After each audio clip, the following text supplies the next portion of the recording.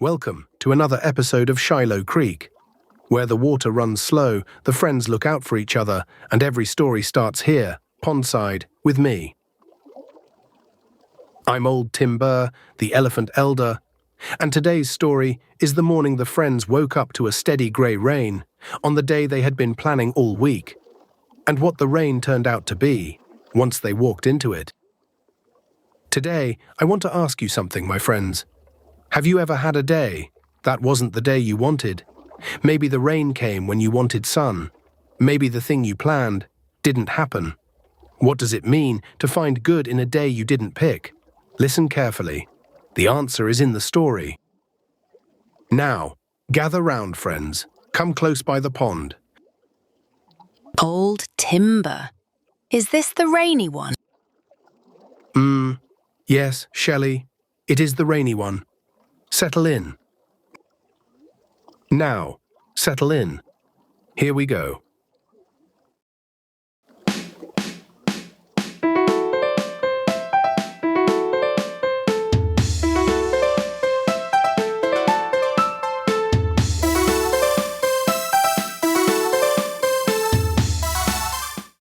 Now, this was a wet grey morning, the kind where the rain has settled in, steady and even, and you can tell by the sound of it on the leaves that it isn't going anywhere for a while.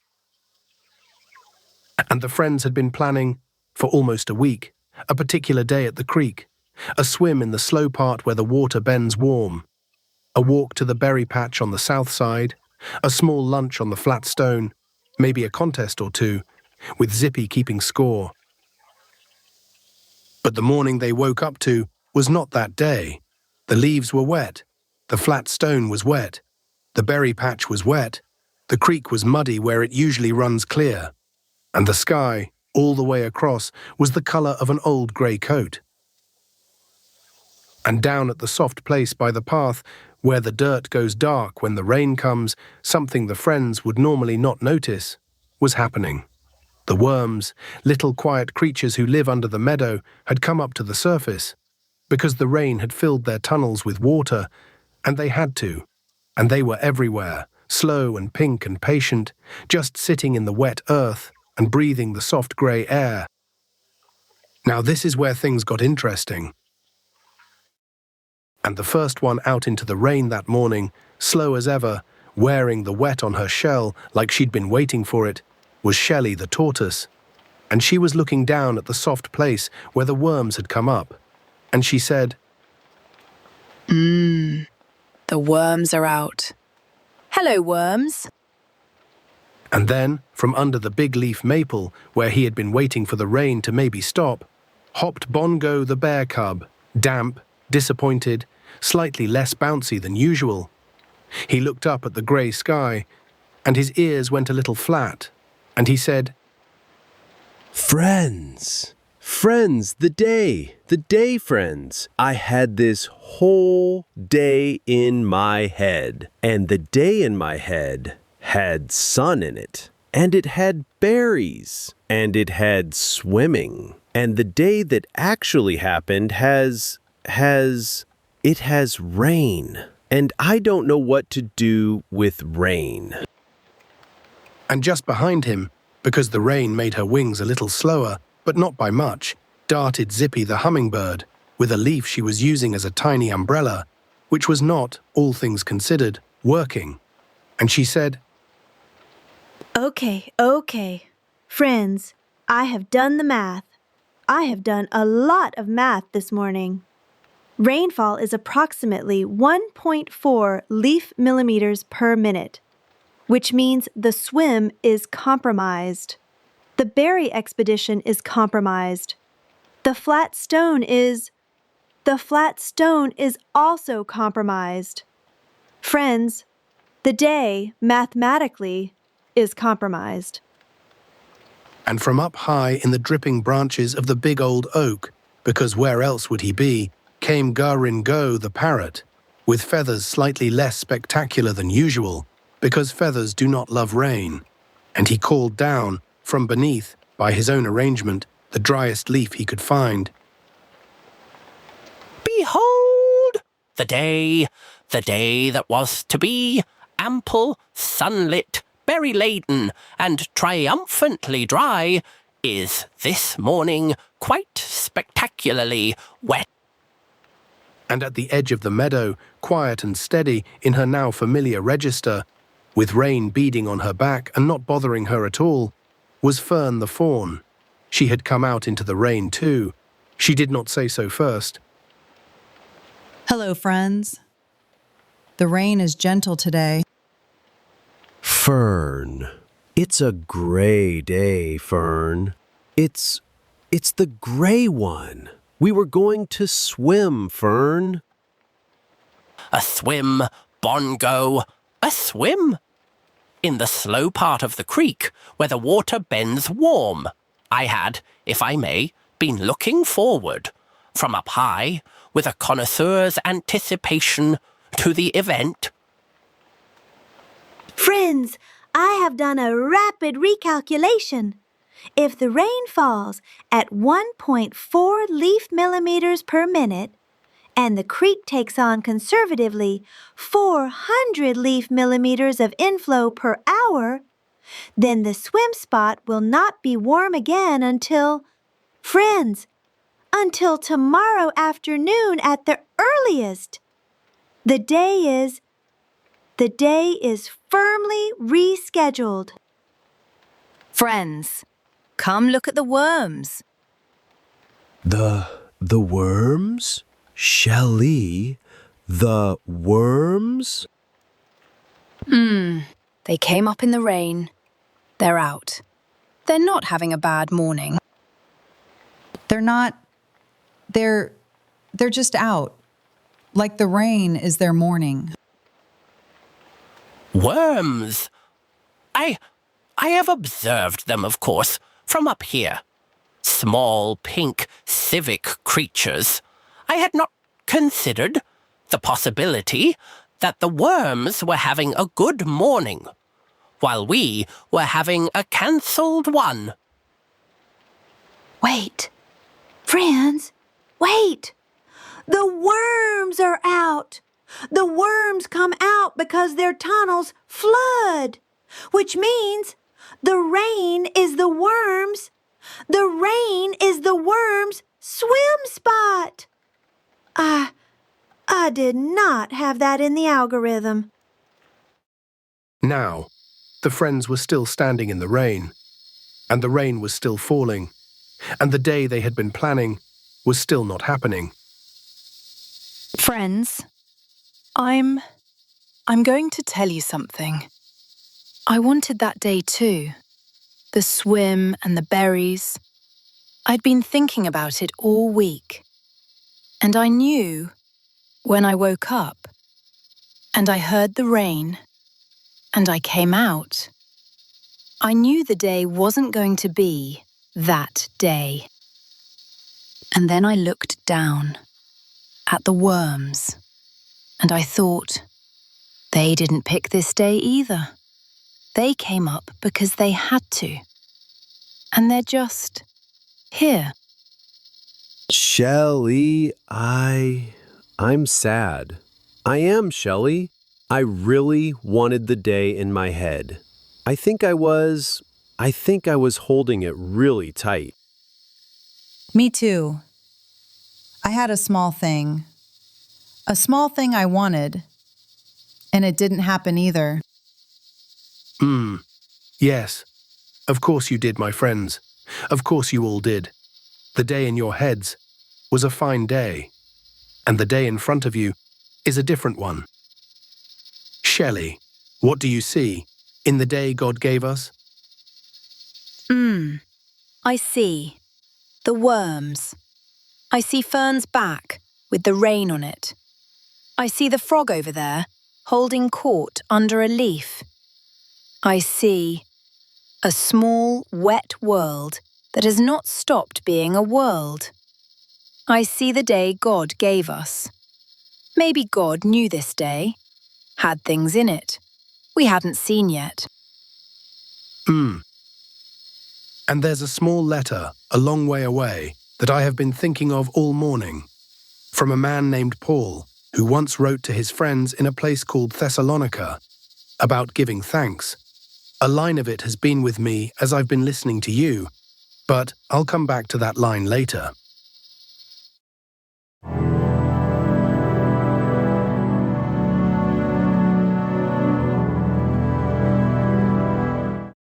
Friends, I'm going to walk down the puddle path. I think there might be more. Shelly. The puddle path in the rain?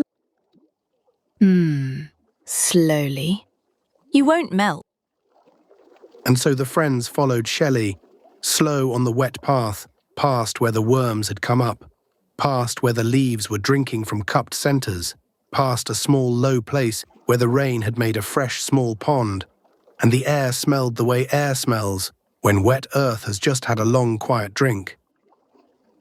There's a frog under the maple leaf. He's singing.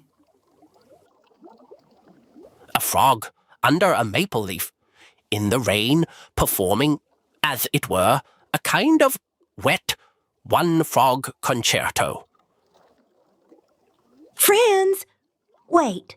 If the frog is singing in the rain, and the worms are out, and the leaves are drinking, then the rain is the worms' mourning, and the frog's song, and the leaves drink, and we're walking in it. Friends, I want to say something, and I am going to say it slowly.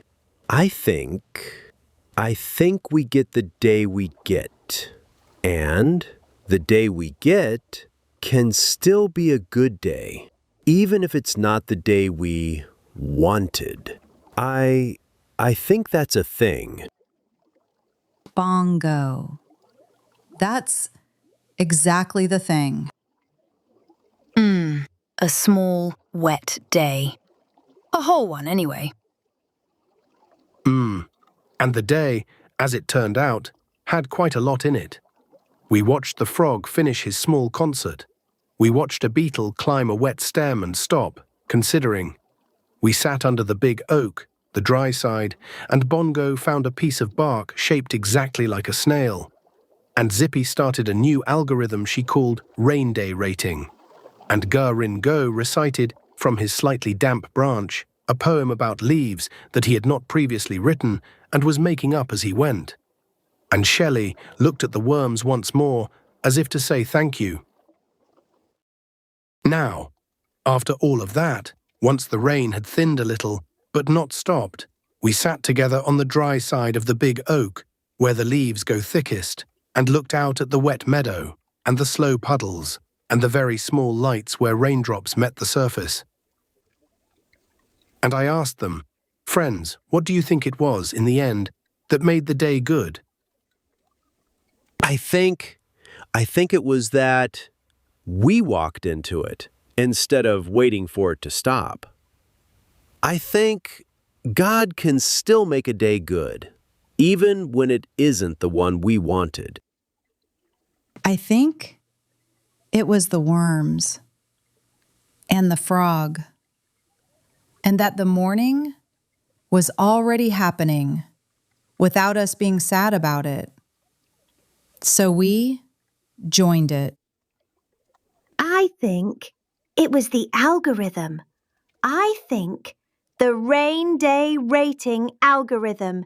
It is currently rating today at 9.2 out of 10 for an unplanned wet day, which is higher than I expected by a lot.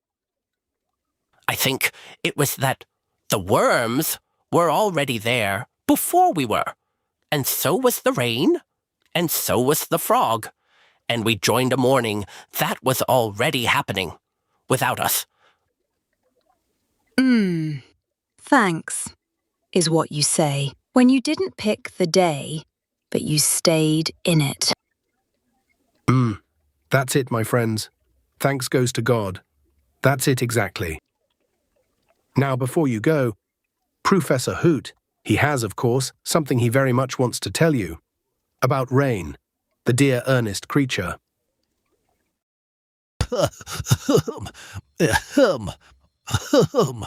Children, gather round.